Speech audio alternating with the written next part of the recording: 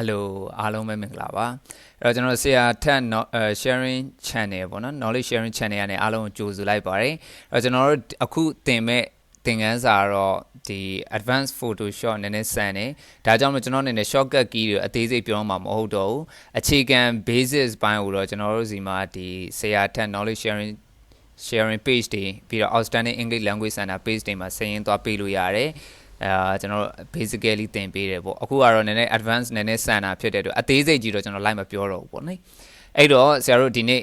သင်ခန်းစာကိုစပြီးလေ့လာကြရအောင်အဲ့တော့ဆရာဒီ description မှာလည်းပဲဒီပုံလေး၃ပုံ download ဆွဲဖို့အတွက်ဆရာပုံလေးတွေ description မှာလည်းချပေးထားတယ်အဲ့ပုံလေးတွေကို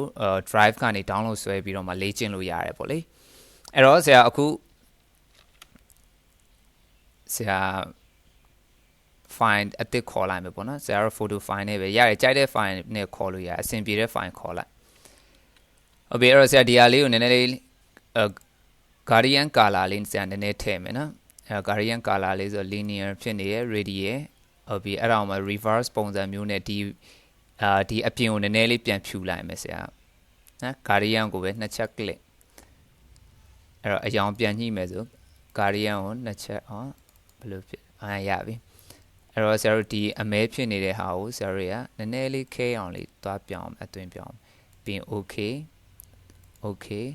ဒီမှာဆရာတို့နည်းနည်းလေး scale နည်းလေးညှိလိုက်အောင်အဆင်ပြေအောင်ဟုတ်ပြီနော်ဒါလေးဆိုမစိုး okay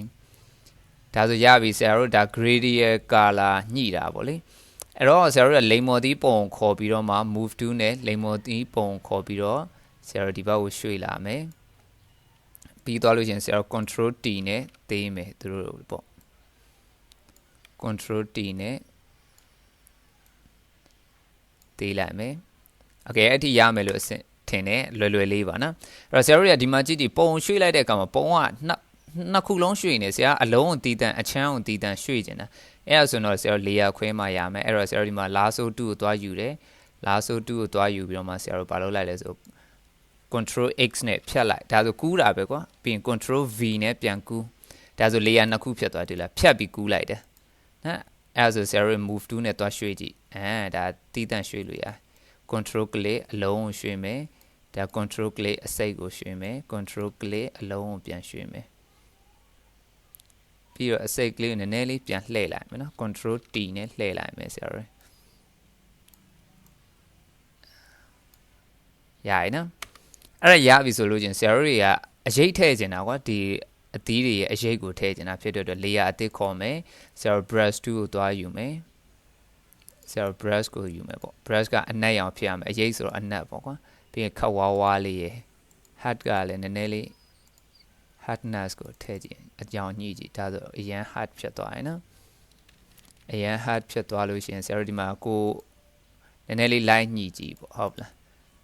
okay ပြီးသွားလို့ရှိရင်ဆရာ brush side ကိုကြီးလိုက်မယ် brush side ကိုကြီးပြရပြီဆရာပြီးသွားရင် control T နဲ့အဲ့ဒါလေးကိုအရေးပုံစံမျိုးလေးလုပ်မယ်နည်းနည်းလေးသေးလိုက်ဘဲဥပုံစံလေးပေါ့ကွာပြီးရင်ဒီလိုလေးလုပ်လိုက်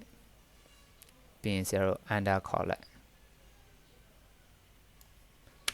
under ခေါ်လိုက်တဲ့အခါမှာဆရာတို့အရေးကဘယ်ပေါ်ရောက်နေဆိုလိမ်မော်သီးပေါ်ရောက်နေအဲ့ဒါကြောင့်လိမ်မော်သီးအောက်ကို layer ရွှေ့လိုက်ဒါဆိုလိမ်မော်သီးအောက်ရောက်အဲ့တော့လေဒီဘက်ကအလုံးကိုလည်းအရေးထုတ်ချင်တာဖြစ်တဲ့အတွက် order click နဲ့ပွားလိုက်မယ်နော်အဲ့တော့ဆရာတို့ဘာလုပ်လိုက်လဲဆိုအရေးပုံလေးပေါ့ဒါဆိုလိမ်မော်သီးကအလုံးကနည်းနည်းအပေါ်ရောက်နေလို့ဖြစ်နေအောက်ကလေးကိုနည်းနည်းလေးချလိုက်မယ်နော် okay ဒါဆိုလို့ရှိရင်အရေးပုံစံဆရာတို့ထည့်ပြီးသွားပြီအရေးပုံစံထည့်ပြီးသွားဆိုဆရာတို့နောက်တစ်ခုဘာလုပ်ရမလဲဆိုဒီလိမ်မော်သီးအနှစ်ကိုဆရာတို့ရေတွေထည့်မှာကွာရေတွေထည့်မှာဖြစ်တဲ့အတွက်လိမ်မော်သီးအဲ့ဒီအစိတ် layer ကိုသွားလိုက်မယ် layer သွားပြီးတော့မှဆရာတို့ selection မှတ်မယ် quick selection နဲ့ဆရာတို့မှတ်လိုက်မယ်ပေါ့ okay quick selection မှတ်ပြီးသွားပြီ quick selection မှတ်ပြီးသွားပြီဆိုလို့ချင်းဆရာတို့ layer mask အုပ်ရမယ်ဒါကိုဖြတ်မှာဆိုဆရာဒီမှာပြမယ်နော်ဒီမှာ layer mask ကိုညာဘက်တောက်မှာဆရာအုပ်လိုက်တယ်ဘာဖြစ်သွားလဲဆိုဘေးကအခွန်ပျောက်သွားတယ်လေဆရာတို့ရဲ့အခွန်ပျောက်စေချင်တာမဟုတ်ဘူးဆရာတို့ကဒီထဲကအနှစ်ကိုပျောက်စေချင်တာအဲ့ဒါကြောင့်မလို့ဆရာတို့ဘာနှိပ်ရမလဲဆို order နဲ့ order ကိုဖိပြီးနှိပ်လိုက် layer mask အုပ်လိုက် order ကိုဖိပြီး layer mask အုပ်လိုက်လို့ချင်းအတွင်းထဲကဟာပျောက်ပြီးသွားတယ်ပေါ့နော်အဲ့တော့ဆရာတို့ mask ကအဖြူအောင်ဆိုလို့ရှိရင်ဆရာတို့အမဲနဲ့ဖြတ်ရမှာဖြစ်တဲ့အတွက် brush အမဲနဲ့ဖြတ်မယ်ဒါအခုလောဆယ် selection ဖြစ်နေဆရာတို့ brush ကိုသွားမယ် ဟုတ်ပြီ brush အမဲနဲ့ဖြတ်မယ်ဒီက opposite brush opposite ကိုလည်းအဆုံးထိတင်လိုက်ပေါ့ဒါဆိုလို့ရှိရင်ဆရာတို့ဒီမှာမပြတ်မသားလေးဖြစ်နေတဲ့ဟာလေးလိုက်ဖြတ်ပေါ့ကွာနော်ကြံနေခဲ့တဲ့ဟာလေးလိုက်ဖြတ် Okay အဲ့ဒီဆရာတို့ပြီးသွားပြီအဲ့ဒီပြီးသွားဆိုဆရာတို့ရေထည့်တော့မယ်ရေထည့်တော့မယ်ဆိုတော့ဆရာတို့ရေကိုသွားယူမယ် move to လေးနဲ့ဆွဲထည့်လာလိုက်မယ်အဲ့တော့ move to ရောက်လာပြီအဲ့တော့ရေကိုဆရာတို့ control T နဲ့ဆရာတို့ site ကိုတီးလိုက်မယ်ဒါရေကိုပေါ့ကွာဆရာတို့တီးလိုက်တာပေါ့ခုလောတဲ့ရေ layer တော့အပေါ်ဆုံးပါပေါ့နော် Okay အဲ့တော့ဆရာတို့နည်းလေးလိုက်ပြီးတော့မှ under ခေါ်ပြီး order လေးနဲ့ scroll bar လေးလှည့်ပြီးတော့မှလိုက်ညှိပေါ့ဆရာတို့ control D တီးလိုက်အောင်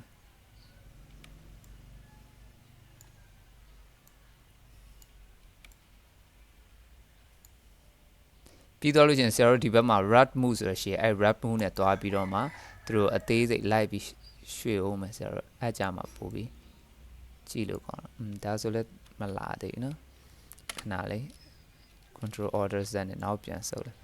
အဲ့တော့ဆရာတို့ဒီ lane mode ကို control T နဲ့နည်းနည်းလေးလှည့်လိုက်အောင်အဲ့ကြမှာရေရထည့်ရပို့ပြီးအဆင်ပြေ Okay အဲ့တော့ရေလေးရတော့တွားထည့်မယ်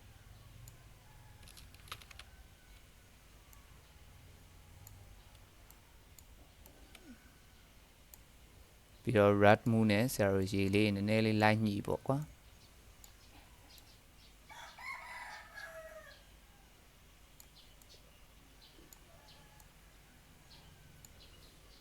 Okay ပြီး under ခေါက်ပြီးသူ့ကို opposite လေးဆရာတို့နည်းနည်းလေး short ကြည့်ရှည်ကိုလေ opposite နဲ့ short ပြီးတော့ဆရာတို့ဒီဘေးမှာအခွန်ရဲ့ဘေးမှာရှန်နေတဲ့ဟာတွေတွေ့ရမှာလားအဲ့ဒီအားလုံး live ဖြတ်မှာဖြစ်တဲ့အတွက်ဆရာတို့ layer mask အုပ်လိုက်မယ် mask အုပ်လိုက်တာအဖြူဆိုဆရာတို့ brush ပါနဲ့ဖြတ်မယ် brush အမဲနဲ့ဖြတ်မယ်နော်အဲ့တော့ brush ကအမဲဟုတ်ပြီရွေးပြီးသွားပြီဆရာတို့တွေပြီး brush ကိုနည်းနည်းလေး zoom in လုပ်ပြီးတော့မှ live ဖြတ်ဒါတေချာလေးထိမ့်ပြီးဖြတ်ပေါ့လေ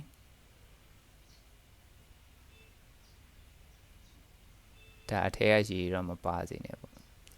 Okay အဲ့တော့ဆရာတို့ထိမ့်ပြီးဖြတ်လာတယ်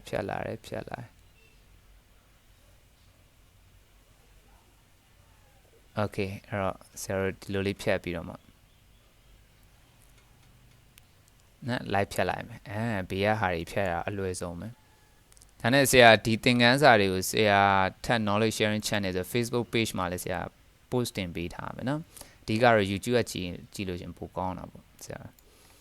Okay အဲ့တော့ဆရာတို့အခုရေတော့ထည့်တာဟုတ်တယ်ဆရာတို့ဒီလိမ္မော်သီးကိုရေကိုဖောက်ပြီးလိမ္မော်သီးကိုမြင်စေချင်တာကွာဆရာတို့မြင်စေချင်တာဖြစ်တဲ့အတွက်ဆရာတို့ဘာလုပ်လဲဆိုလို့ရှိရင်ဒီမှာနှိပ်လိုက်တဲ့အခါမှာတန်းပြီးပေါ်နေအဲ့လိုမျိုးကြီးပေါ်တာကြတိတ်မကောင်းဘူးပေါ့ဆရာတို့ရဲ့အဲ့ဒါဆိုလို့ရှိရင် opposite လေးကို short ဆရာ opposite လေးကို short ပြီးတော့မှ live ပြီးညှိပြီးတော့မှဆရာတို့ဒီမှာပေါ်အောင်လုပ်ရဒါဆိုလို့ရှိရင်ပေါ်သွားပြီပေါ့ကွာလိမ္မော်သီးလေးတွေ့လားအဲ့တော့လိမ္မော်သီးနောက်ခံ background လေးပေါ်သွားပြီဆိုဆရာတို့က9ကိုသွားထည့်မယ်9ကိုသွားယူမယ်ဖြစ်တဲ့အတွက်ဆရာတို့ဒီမှာ lasso 2နဲ့ဆရာတို့ဒီက9ကို selection ပေးလိုက်ရမှာ lasso 2နဲ့ selection ပေးပြီး move 2နဲ့ဆွဲခေါ်လာပြီး9ကိုဒီမှာထည့်ပေါ့9အကြီးနေတဲ့အဲ့တိုင်းပဲဆရာတို့ control T နဲ့သေးမယ်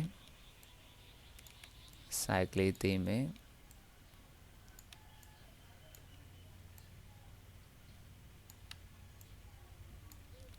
ဆရာ zoom in လုပ်လာအောင်နော်အဲ့တော့ငါးလေးကိုနည်းလေးလှည့်လိုက်မယ်ပြီးထပ်သေးမယ် shift လေးဖြည့်ပြီးတော့ထပ်သေးတယ်ပြီး under ခေါက်အဲ့ဆိုဆရာတို့ငါးလေးဝင်သွားငါးဆရာတို့ရေထဲမှာရောက်နေတဲ့ပုံစံမျိုးဆိုတော့သူ့ကိုလည်း layer mask လေးအုပ်လိုက်မယ် layer mask လေးအုပ်ပြီးတော့မှမတိမတာလေးဆရာတို့ brush နဲ့လေအရင်ဆုံးသူ့ကိုတော့ငါးလေးကိုဒီ multiply color လေးနည်းလေးထည့်လိုက်မယ်နည်းနည်းလေးညှို့မိုင်းလေးဖြစ်သွားတယ်နော်အဲ့ဒါပြီးတော့မှဆရာတို့ကသူ့ကိုဆရာတို့ brush နဲ့ layer mask အုပ်ထားတာကို cycle လေးသေးလာအောင်ဟုတ်ပြီအဲ့တော့ဆရာတို့အဲ့ cycle လေးမတိမတာလေးဒါနည်းလေးပေးမိန်လိုက်တာပေါ့နော်ဒါဆိုလို့ရှိရင်ပို့ပြီးပြည်ပြင်းတဲ့ပုံလေးတစ်ပုံဖြစ်သွားပြီပေါ့ ဒါဆိုလို့ရှိရင်လည်းပဲပို့ပြီးမိုက်တယ်ပို့ပြီးကြည့်လို့ကောင်းတယ်အဲ့တော့ဒီရေကတော်တော်လေးရမ်းထင်နေတယ်ဆိုရေလေးရောက်သွားပြီးဆရာတို့ opacity လေးနည်းနည်း short ပေါ့နော်ရေလေးရောက်သွားပြီး opacity change ပေါ့ဒါဆိုလို့ရှိရင်အဆင်ပြေမယ်လို့ထင်တယ်โอเคအဲ့တော့ကျောင်းသားတွေအားလုံးအဆင်ပြေကြပါစေနဲ့အဲ့တော့စာလုပ်ချင်တဲ့ကျောင်းသားတွေကျွန်တော်ဇက်တိုက်တင်သွားပေးဖို့ရှိတယ်နောက်တစ်ခုကတော့ဒီ basic အခြေခံ basic course ကျွန်တော်တို့ chapter 23ခုလောက်ရှိတယ်အဲ့ဒါတွေတက်ထားပြီးတော့မှဒါတွေထပ်ပြီးလေ့လာမယ်ဆိုပို့ပြီးကောင်းတယ်အဲ့ဒီအတန်းတွေတက်ချင်တယ်ဆိုလို့ရှိရင်တော့ကျွန်တော်တို့လာပြီးဆက်သွယ်လို့ရတယ်